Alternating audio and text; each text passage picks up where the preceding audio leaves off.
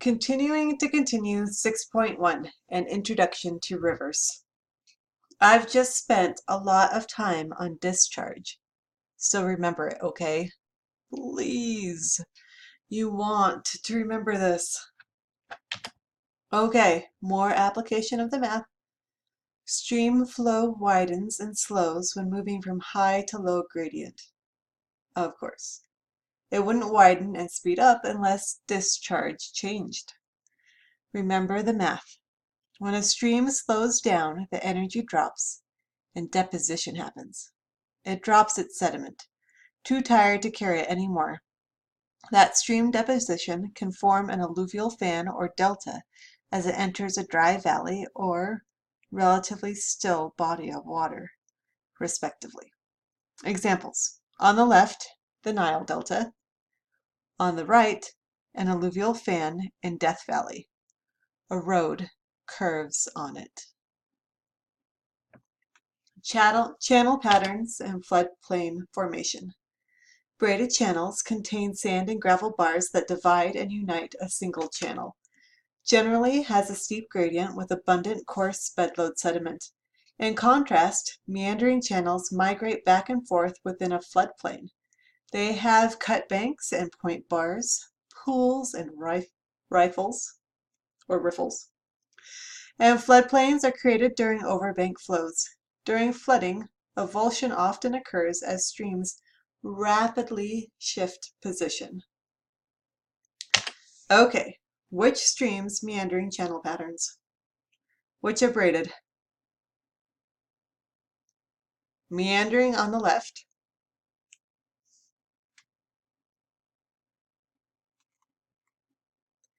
Braided on the right.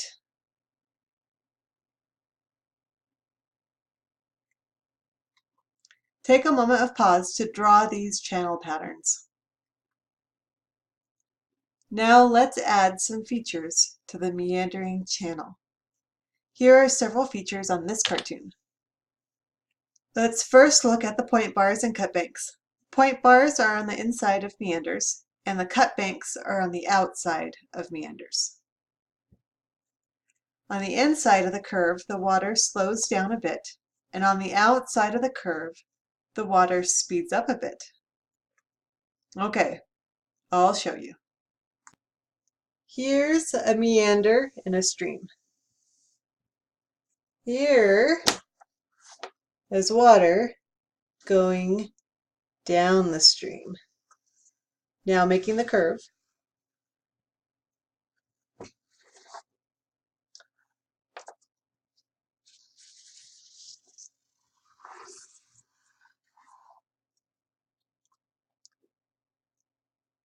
Which side went faster, point or cap?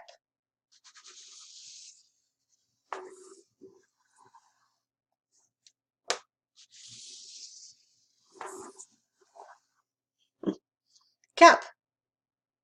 Where does the stream have a bit more energy? Cap. So what will the stream do? Pick up sediment because it can. Forms a cut bank.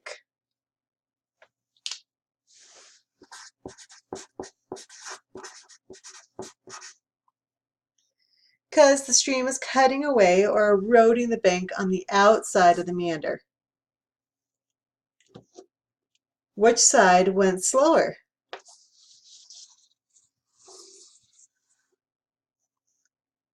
Point.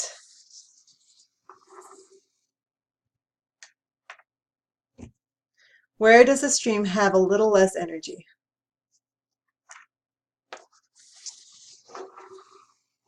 Point.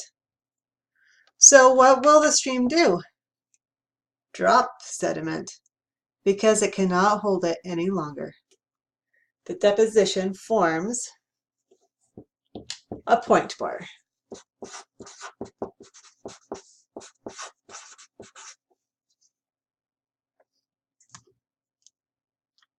Back to the cartoon. Next features to discuss: pools and riffles. Pools are deeper, riffles are shallower. They also have different temperatures and oxygen contents. If everything else, like shade, is equal, pools tend to be a bit cooler, and riffles, with all that gurgling, tend to have more dissolved oxygen. These differences are particularly important for fish who like different conditions at different stages of their lives. I'm not much of a fisher, but those who are fisher people know what I'm talking about. This is a picture of a real river. Perhaps not the best ever, but I believe you can use it to identify the 4 features we have discussed. First, find some point bars. I see 5. The picture is poor, so if we were there, we might see things differently. But here are the 5 I see. Here, here,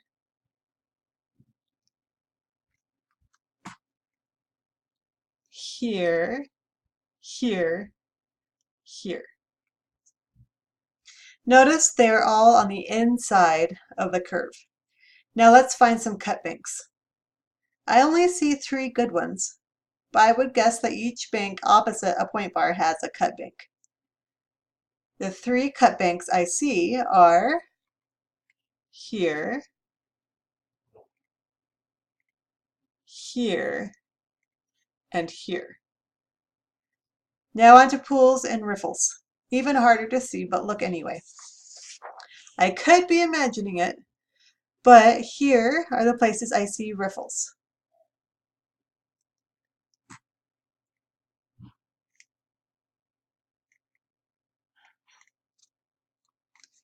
And here are the places the water seems more still, so I think I'm looking at pools.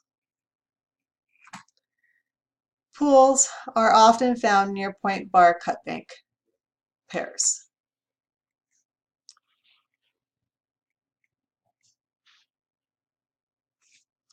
Back to the cartoon. Meander scrolls. These are old point bars. They contrast with meander scars. You'll see them in another cartoon. And the last feature on this cartoon, Oxbow Lake. This is an abandoned meander. The stream used to flow there, but then took a shortcut, leaving a depressed and lonely area that filled up with tears. Okay, just depressed, as in a bit lower down than its surroundings. Filled up with water, and is now a lake. Probably a bit swampy and mosquito-y too. See the swampy Oxbow Lake in this image? It's right here.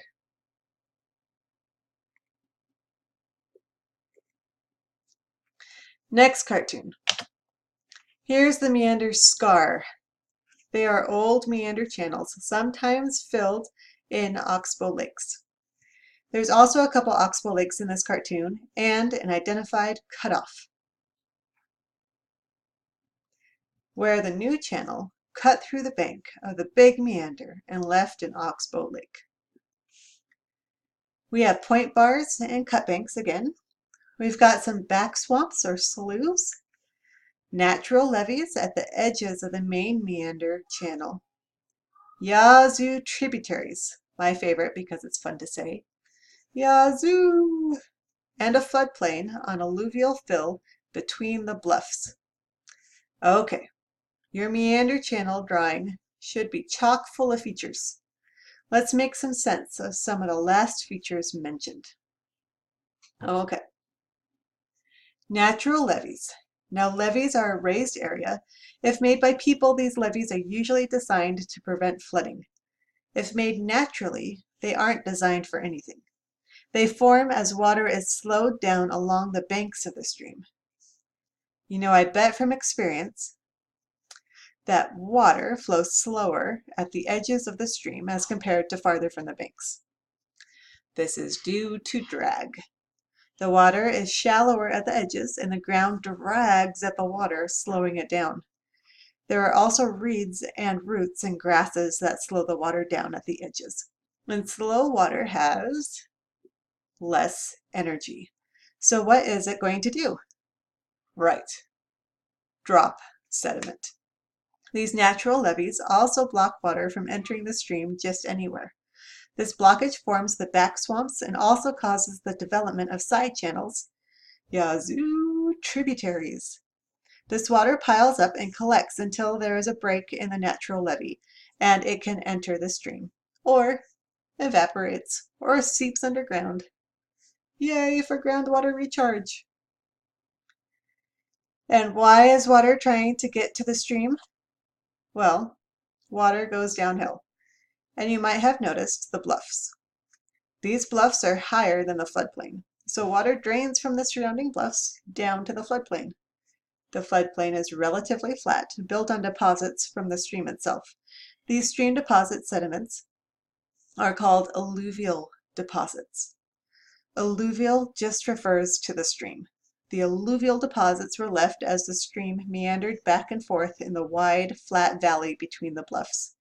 And we know from the concept of uniformitarianism, if the stream was there in the past, it is likely to be there again in the future. So, don't build your home on a floodplain. Build on the bluff. Better view, and less mosquitoes, and less likely to get flooded. But watch out for landslides. Moving on. What feature can you identify in this picture? I see a meandering channel, of course, and some back swamp, an oxbow lake, which may be a meander scar at this point, and a yazoo tributary.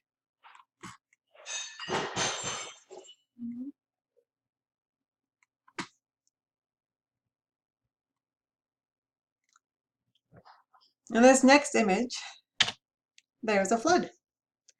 And the bit of raised area where there are trees is a natural levee. Totally not designed for flood control. So, keep your meandering channel drawing with all the labeled features and study it every day for the rest of your life, and you will be kind of happy. If you remember the discharge math stuff, you will be even happier. And if you have a photographic memory, that might also make you happy. So, moving on, 6.2, flooding. Flooding is also known as overbank flow.